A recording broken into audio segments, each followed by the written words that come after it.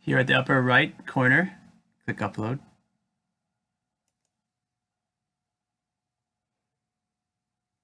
Here's the file. Click down here to lower right, Open. It shows up at the top line. Click Upload. Here on the right hand side of it. Overwrite. Now it shows at the bottom, right here. Click it. There you go. Now let's see if it works. Let's just change this a little.